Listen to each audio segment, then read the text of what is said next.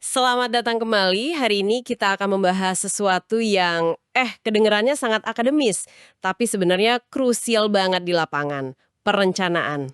Kita punya materi kuliah Anda di sini, bab 2 tentang dasar-dasar manajemen, dan jujur saja, saat kita bicara perencanaan dalam agribisnis, rasanya ada sedikit paradoks gitu. Paradoks. Paradoks gimana maksudnya? Begini, agribisnis itu kan sangat bergantung pada alam. Ada cuaca ekstrim, serangan hama tiba-tiba, harga pasar yang, ya ampun, jungkir balik. Rasanya ini sektor yang kayaknya dirancang untuk menghancurkan rencana paling rapi sekalipun. Jadi pertanyaan besar kita hari ini, berdasarkan materi Anda, gimana caranya kita bisa membuat perencanaan yang bukan cuma jadi dokumen di laci, tapi benar-benar jadi kompas di tengah badai ketidakpastian ini? Mari kita bedah bareng-bareng. Saya suka sekali kerangka itu, karena itulah inti masalahnya. Banyak yang mikir perencanaan itu kaku, padahal seharusnya perencanaan modern itu justru alat untuk, menari di tengah kekacauan itu. Oke, mari kita mulai dari yang paling dasar. Materi Anda ini kan mengawali dengan 4 fungsi klasik manajemen: perencanaan, pengorganisasian, pengarahan, dan pengendalian. Kenapa sih perencanaan selalu ditaruh di nomor 1? Kenapa nggak langsung ngerjain aja sesuatu? Karena 3 fungsi lainnya itu bergantung penuh pada perencanaan. Tanpa rencana, apa yang mau kita organisasikan? Iya juga ya, siapa yang mau kita arahkan dan menuju kemana, terus apa yang mau kita kendalikan standarnya. Sumber Anda pakai analogi yang bagus banget. Organisasi tanpa rencana itu kayak kapal tanpa nakoda dan tanpa peta. Skrunya hebat, tapi ya kapalnya cuma muter-muter aja di tengah laut. Buang-buang bahan bakar tanpa tujuan. Nah, perencanaan itulah yang nentuin pelabuhan tujuannya mana dan rute terbaiknya gimana. Dan di agribisnis, taruhannya tinggi banget. Salah nentuin pelabuhan atau rute, misalnya salah pilih komoditas atau waktu tanam, itu bisa berarti rugi total satu musim. Jadi ini bukan cuma soal efisiensi, tapi soal hidup matinya usaha kan? Tepat sekali.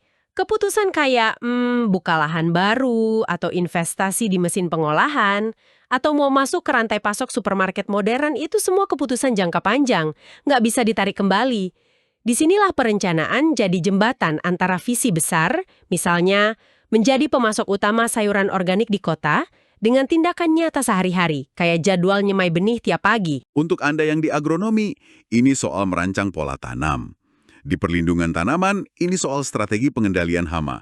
Jadi ini berlaku di semua level ya. Tapi merencanakan di zaman sekarang pasti lebih rumit. Materi Anda nyebut istilah VUCA. Volatility, uncertainty, complexity, ambiguity.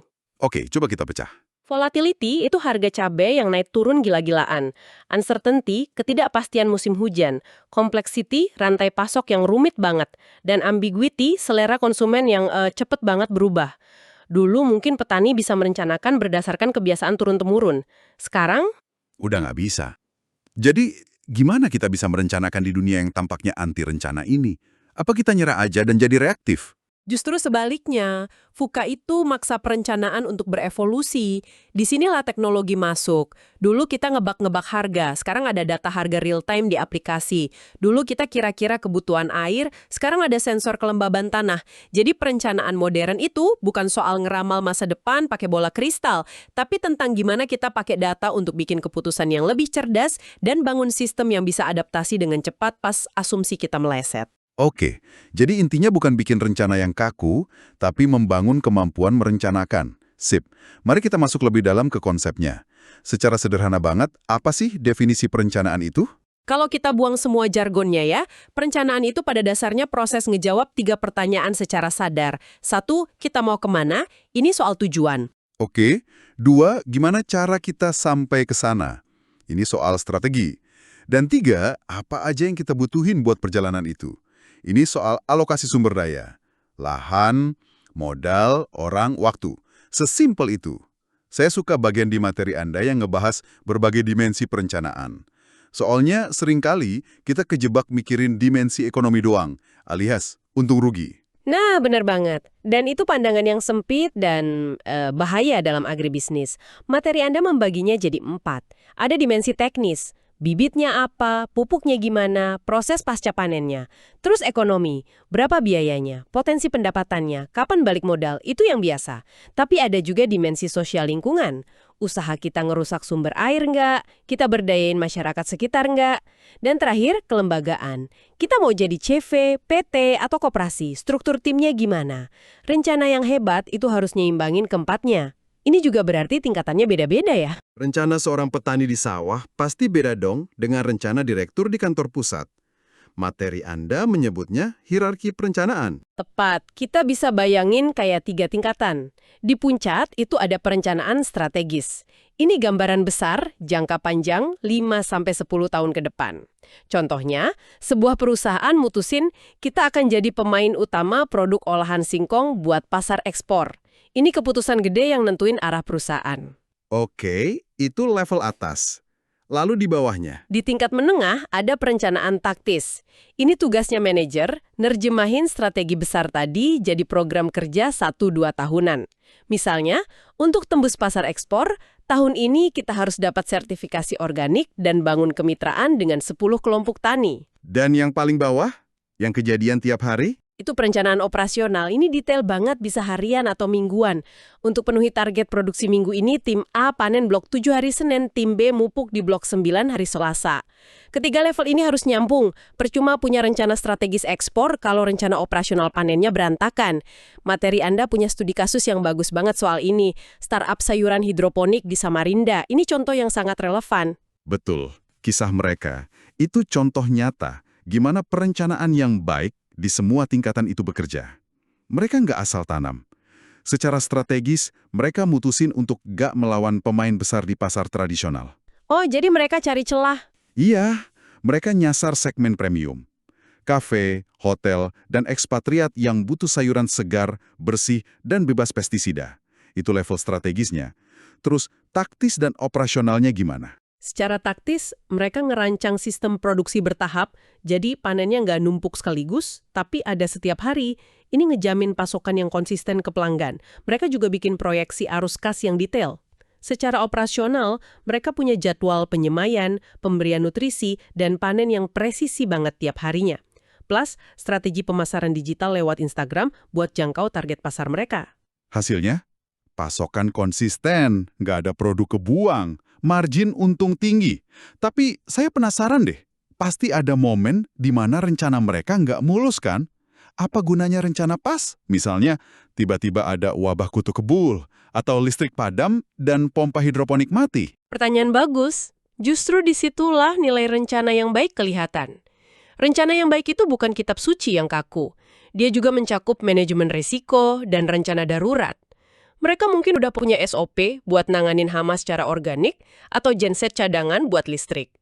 Jadi rencana itu nggak ngilangin masalah, tapi ngasih kita kerangka buat ngerespons masalah dengan lebih tenang dan terstruktur, bukan panik. Oke, kasus itu meyakinkan saya soal manfaatnya. Tapi mari kita bahas sisi lainnya. Saya mau jadi pihak yang skeptis sebentar. Anda bilang agribisnis itu VUCA, nggak pasti. Bukannya bikin rencana detail itu justru buang-buang waktu? Kenapa nggak fokus saja jadi super lincah dan reaktif? Ini perdebatan klasik, perencanaan versus kelincahan. Dan ini kritik yang valid banget. Materi Anda juga nyebutin kelemahan perencanaan. Pertama, rencana bisa jadi terlalu kaku. Kalau kita terlalu cinta sama rencana kita bisa buta sama perubahan pasar. Iya. Kedua, prosesnya butuh waktu dan biaya. Buat petani kecil, nyusun dokumen rencana bisnis 20 halaman itu sebuah kemewahan. Dan ada bahaya analisis paralisis atau analisis berlebihan, di mana kita terus-terusan ngerencanain tapi nggak pernah mulai-mulai. Studi kasus soal 2 koperasi kakao di materi Anda benar-benar nunjukin 2 sisi mata uang ini kan? Sangat. Ini kayak eksperimen di dunia nyata. Ada koperasi A dan koperasi B. Keduanya mulai di titik yang sama. Koperasi A ngeluangin waktu 6 bulan buat nyusun rencana strategis 5 tahun. Target mereka jelas, ningkatin kualitas biji kakao lewat fermentasi dan bangun unit pengolahan coklat mini. Sementara koperasi B? Koperasi B mikir, itu terlalu ribet. Kita jalan aja kayak biasa, putusin apa yang harus dilakuin dari rapat ke rapat. Spontan gitu. Dan 5 tahun kemudian gimana hasilnya? Perbedaannya drastis. Koperasi A dengan rencananya berhasil dapat pinjaman bank, bangun unit pengolahan, dan sekarang jual coklat batangan dengan harga premium ke toko oleh-oleh. Mereka punya arah yang jelas. Koperasi B 5 tahun kemudian, ya masih di situ-situ aja. Jual biji mentah kualitasnya nggak seragam, ketengkulak dengan harga yang naik turun, mereka bertahan tapi nggak berkembang. Mereka sibuk tapi nggak produktif. Jadi nggak punya rencana adalah rencana untuk gagal. Tapi punya rencana yang buruk juga bisa bahaya. Ini bawa kita ke pertanyaan kunci. Gimana caranya bikin rencana yang baik? Kuncinya ada di satu prinsip yang mungkin udah sering Anda dengar, tapi sering disalahpahami. SMART. Banyak orang lihatnya cuma akronim ngebosenin, padahal ini alat yang kuat banget buat ngubah angan-angan jadi kenyataan. Coba kita bedah, kenapa ini begitu kuat? Karena alasan terbesar sebuah rencana gagal itu karena tujuannya kabur, meningkatkan kesejahteraan petani. Itu niat mulia, tapi bukan tujuan yang bisa dijalanin. SMART maksa kita buat ngubah itu jadi konkret. Kesejahteraan siapa? Petani anggota koperasi. Measurable. Ukurannya apa? Peningkatan pendapatan bersih. A. Achievable. Mungkin nggak dicapai. Ya, dengan perbaikan teknik budidaya. R. Relevant. Relevan nggak sama misi kita? Tentu. T. Time bound. Kapan harus tercapai? Dalam 24 bulan. Wow, tiba-tiba dari meningkatkan kesejahteraan yang abstrak, kita punya misi. Meningkatkan pendapatan bersih petani anggota sebesar 20% dalam 24 bulan. Nah, misi ini bisa dieksekusi. Jadi, ini kayak filter ya buat ngubah slogan jadi target yang bisa dikejar. Selain SMART, apalagi ciri rencana yang baik menurut materi ini? Ada dua hal yang ditekankan banget. Pertama, partisipatif. Rencana yang dibikin di ruang rapat ber-AC tanpa ngelibatin orang-orang yang bakal ngelaksanain di lapangan, itu resep kegagalan. Betul juga. Ketika petani atau mandor lapangan dilibatin, mereka jadi ngerasa memiliki rencana itu. Mereka tahu tantangan sebenarnya dan bisa kasih masukan yang realistis. Dan yang kedua, sepertinya kata kunci zaman sekarang, keberlanjutan. Tepat. Rencana yang baik hari ini nggak boleh cuma mikirin profit. Ia harus mengintegrasikan keberlanjutan, menyeimbangin target ekonomi, sosial, dan lingkungan. Misalnya, target produksi harus diimbangin sama target pengurangan pestisida kimia. Atau target penjualan diimbangin dengan skema bagi hasil yang adil. Ini bukan lagi pilihan, tapi keharusan. Baiklah, kita udah paham apa itu perencanaan, kenapa penting, dan kayak gimana rencana yang baik. Sekarang bagian terakhir dari materi Anda, bagian how to-nya. Ada 8 tahapan proses perencanaan. Ini bisa kedengeran birokratis banget. Coba kita buat jadi praktis. Tentu. Anggap aja ini siklus, bukan garis lurus yang kaku. Langkah pertama itu analisis lingkungan. Sederhananya, lihat ke dalam, lihat keluar. Pakai analisis SWOT. Apa kekuatan kita? Misalnya, lahan subur. Apa kelemahan kita? Modal terbatas. Apa peluang di luar sana? Tren makanan sehat. Dan apa ancamannya? Perubahan iklim. Ini fondasi dari semua langkah berikutnya. Oke, jadi setelah punya peta kondisi, baru kita tentukan tujuan? Betul. Langkah kedua dan ketiga itu merumuskan visi and misi. Terus, menetapkan sasaran spesifik, KPI. Dari analisis tadi, kita tentuin mimpi besar kita, visi. Terus kita terjemahin jadi target-target yang SMART tadi. Ini proses ngubah diagnosis jadi resep. Lalu langkah keempat dan kelima, cari cara dan milih yang terbaik. Iya, yaitu mengembangkan alternatif strategi dan mengevaluasinya. Jarang banget cuma ada satu jalan menuju tujuan. Buat naikin pendapatan, kita bisa fokus genjot produksi, atau fokus ke pengolahan pasca panen, atau cari pasar baru. Kita petakan beberapa opsi, terus kita nilai mana yang paling masuk akal dari sisi teknis, biaya, dan risikonya. Oke, strategi udah dipilih, langkah keenam membuatnya jadi nyata dengan angka-angka. Itu dia, penyusunan program dan anggaran. Di sini kita rinciin kegiatannya apa aja, jadwalnya kapan, siapa penanggung jawabnya, dan yang paling penting, berapa biayanya. Rencana tanpa anggaran itu cuma fantasi. Lalu tahap ke-7 dan ke-8. Nah ini kayaknya bagian di mana banyak rencana mulai goyah. Implementasi dan monitoring. Ini momen krusial. Implementasi dan komunikasi itu artinya mastiin semua orang tahu rencananya dan tahu peran mereka apa. Tapi yang paling sering dilupain itu langkah ke-8, monitoring, evaluasi, dan perbaikan. Ini bagian di mana rencana yang udah dibuat bagus-bagus itu seringnya cuma masuk laci dan dilupain.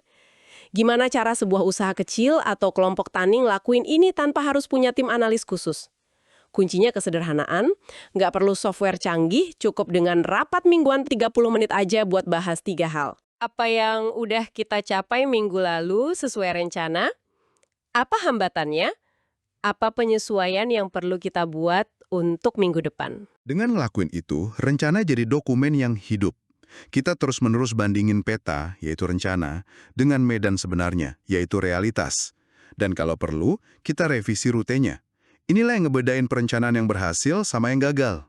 Jadi kalau kita rangkum nih setelah membedah semua ini, perencanaan dalam agribisnis modern itu bukan tentang bikin prediksi masa depan yang sempurna. Itu mustahil. Ini lebih ke membangun proses berpikir yang strategis. Tepat sekali. Ini tentang punya arah yang jelas, tapi juga siap buat belok pas ada badai.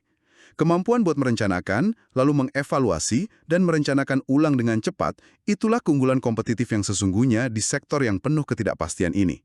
Bagi Anda sebagai mahasiswa, memahami siklus 8 langkah ini bukan sekedar buat lulus ujian, tapi ini adalah kerangka berpikir yang bakal berharga banget, apapun peran Anda nanti di dunia agribisnis. Nah, sebagai penutup, kami ingin meninggalkan Anda dengan satu pertanyaan untuk direnungkan yang muncul dari diskusi kita.